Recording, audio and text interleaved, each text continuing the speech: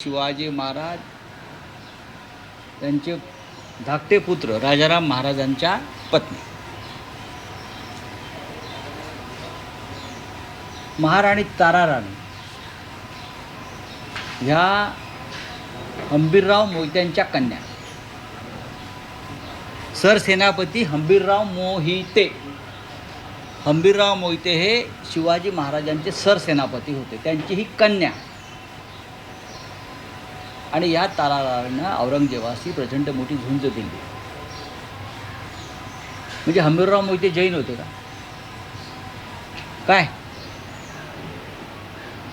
हिंदू मराठा कुळात ताराराणीचा जन्म झाला आणि त्या शास्त्र धर्माला जागून त्यांनी हातात तलवार घेतली आपल्या राज्यासाठी आणि धर्मासाठी. पण आता संपूर्ण महाराष्ट्राचं एक प्रकारे वेगळ्या पद्धतीनं धर्मांतर करण्याचा प्रयत्न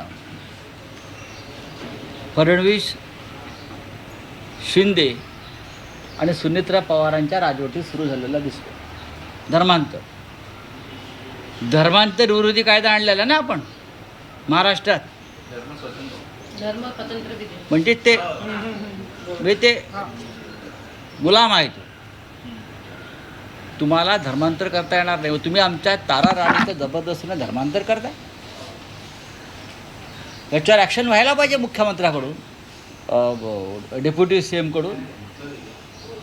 तुम्ही आमच्या हंबीरराव मोहितेच्या कन्येचं, सरसेनापती हंबीरराव मोहित्यांच्या कन्येचं, ताराराणीचं, छत्रपती राजारामाच्या पत्नीचं, झुंजार वीरांगना ताराराणीचं धर्मांतर करण्याचा अशा प्रकारे अधिकार तुम्हाला कोणी दिला?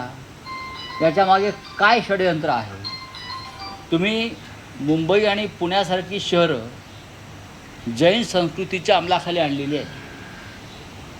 सर्वत्र जैन फूड, जैन अमुक, आता जैन हवा, जैन पाणी, जैन माती हे होऊ शकतं या महाराष्ट्रामध्ये. पण तुम्ही आमचे राजे महाराजे, सेनापती, महाराणी यांनाही तुम्ही परस्पर जैन ठरवायला लागलात. म्हणजे तुमची ही विचारधारा आणि विकृती कोणत्या थराला गेलेली आहे? कुठे गेले आता सगळ्या त्या मराठा संघटना? कुठे गेले ते मराठा अस्मितेचे आमचे सगळे सहकारी? ताराराणीविषयी जर अशा प्रकारची वक्तव्य धर्मांतर दाखवणारी होत असतील तर नुसता निषेध करून चालणार नाही. सगळ्यात आधी निषेध हा एकनाथ शिंदे यांचा व्हायला पाहिजे. ते तिकडे उपस्थित होते आणि त्यांनी तिथे साधा बरो काढला नाही. कदाचित त्यांना ताराराणी माहीत नसावा. त्यांनी ताराबेन ऐकला असेल. त्यांनी कदाचित ताराबेन ऐकला असेल. पण त्या ताराराणी आहेत महाराणी. शिंदेजी त्या महाराणी ताराराणी आहेत, लक्षात घ्या. हंबीरराव मोहित्यांची कन्या आहे ती. शूर हंबीरराव मोहिते आणि शूरवीर आणि राष्ट्र संरक्षक हे फक्त महाराष्ट्राच्या मातीतच जन्माला आले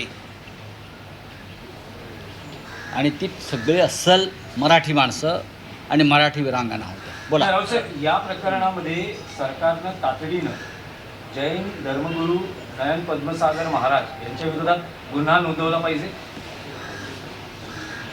का? फडणवीसांना वाटत नाही की ह्या ताराराणी संदर्भात अपमान झाला आहे म्हणून? मी कशाला सांगायला? त्यांना काय वाटतंय?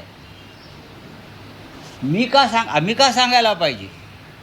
एकनाथ शिंदेना का वाटत नाही? सुनेत्राताई पवारांना का वाटत नाही? आमच्या मनोज जरांगे पाटलांना का वाटत नाही? काय हे सगळ्यांना वाटलं पाहिजे. तुम्ही कायदा आणला आहे ना धर्मांतर विरोधी वगैरे, काय धर्मस्वातंत्र्य. मग ह्या मुनी महाराजांना हे स्वातंत्र्य कोणी दिलं की हंबीरराव मोहित्यांची कन्या महाराणी ताराराणीला परस्पर जैन म्हणून घोषित करण्याचं हा अधिकार दिला कोणी? आणि महाराष्ट्र सरकार हे शंडासारखं बघत राहिलं. आता तुमचे मुख्यमंत्री येतील सांगायला हे खपवून घेणार नाही संजय राऊतांचं वक्तव्य वगैरे. नका घेऊ खपवून, माझ्यावर गुन्हा दाखल करा. मी बोलतो आहे हा मराठी माणसाचा, महाराष्ट्राचा, मराठा साम्राज्याचा अपमान आहे. या विधानाच्या मागे राऊत साहेब या विधानाच्या मागे नाही, पण राऊत साहेब राऊत साहेब या महापौर विधानाच्या असं मागे म्हणतात. मंगल प्रभात लोढांचं नाव दुसऱ्या एका जैन म्हणून सांगितलं की ते नाही, मी या त्या- विधानाच्या मागे आहे. मी त्याच्यामध्ये पडणार. नाही, पण मंगलप्रभात लोढांना तारा राणी माहीत आहेत का? इतिहास महाराष्ट्राचा माहिती आहे का? तारा राणी या स्वराज्यासाठी लढल्या, लोढा टॉवर्स उभारण्यासाठी लढल्या नव्हत्या किंवा ट्रम्प टॉवरला संरक्षण देण्यासाठी लढत नव्हत्या. त्यांच्या लोढा ट्रम्प टॉवरला त्या हिंदू मराठा साम्राज्यासाठी तारा राणीचा संघर्ष होता. हे बहुतेक ह्यांना माहीत नसेल. बोला पुढे काय झालं, काय सांगा. नाही, पण महापौर म्हणतात की त्यांच्या औषधामुळे माझा घशाचा आजार बरा झाला. चमत्कार झाला कोणाच्या म्हणतात. औषधामुळे? या गुरुदेवजींच्या आशीर्वाद. धर्मगुरूंच्या असं औषधामुळे. आहे की खराच्या औषधामुळे सुद्धा अनेकांना बरं वाटतं. आता ज्याचा त्याचा प्रश्न आहे, कोणाला कोणत्या औषधाने बरं वाटतं हा ज्याच्या त्याचा औषधाचा प्रश्न आहे. एखाद्याच्या हाताला गुण असतो, एखाद्याच्या दिवसागुण अवयवाला गुण असतो.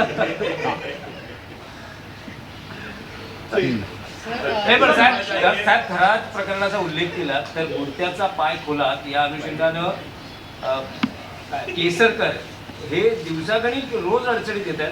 आता जी नवी पदाधिकाऱ्यांची यादी जबाबदाऱ्या निश्चित केल्या त्यातून केसरकरांना डावललेलं आहे. श्रीकांत शिंदे यांच्यावरती जबाबदारी देण्यात आली. कुठली? मुंबईची? मुंबई ठाणे अशी सगळी हा जबाबदारी त्यांच्या पक्षातला अंतर्गत विषय आहे. नाही. काय आहे की त्यांनी असं सांगितलं की मी एकटाच नव्हे तर 39 जण जात होते आमदार. हो, त्या त्यामुळे जास्ती आणि ते जास्त त्यांच्या अडचणीत आले. खिशात जी यादी आहे माझ्या माहितीप्रमाणे त्या 39 पैकी 33 लोक शिंदे गटाचे होते असं ते म्हणत आहेत. आता केसरकरांनी यादी बाहेर काढली पाहिजे ती. बोली और क्या? राऊतसाहेब, आर्थिक वर्षाच्या शेवटच्या 4 दिवसांमध्ये राऊतसाहेब, आर्थिक वर्षाच्या शेवटच्या 4 दिवसांमध्ये महायुती सरकारने 1100हून अधिक निर्णय घेतलेले आहेत. ते निर्णय अंमलात येणार आहेत का? त्याने घेतलेले निर्णय हे ठेकेदारांच्या हिताचेच आहेत, ते अंमलात येणार नाहीत. कॅबिनेटमध्ये गेल्या काही महिन्यातल्या कॅबिनेटमध्ये असे कोणते निर्णय झाले जे महाराष्ट्राच्या किंवा जनतेच्या हिताचे आहेत मला सांगा. त्यांच्या निर्णयाला विचारते कोण? बोला, हिंदी में क्या है? कमर्शियल एलपीजी और एटीएफ की कीमतों में भारी बढ़ोतरी देखी हुई नजर कहाँ? एलपीजी कमर्शियल और एटीएफ की कीमतों में भारी बढ़ोतरी होती है। अरे भाई वो तो होगी ही ना.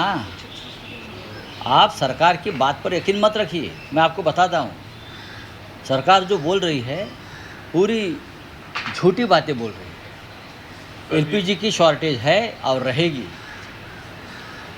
इंटरनेशनल सिचुएशन जो है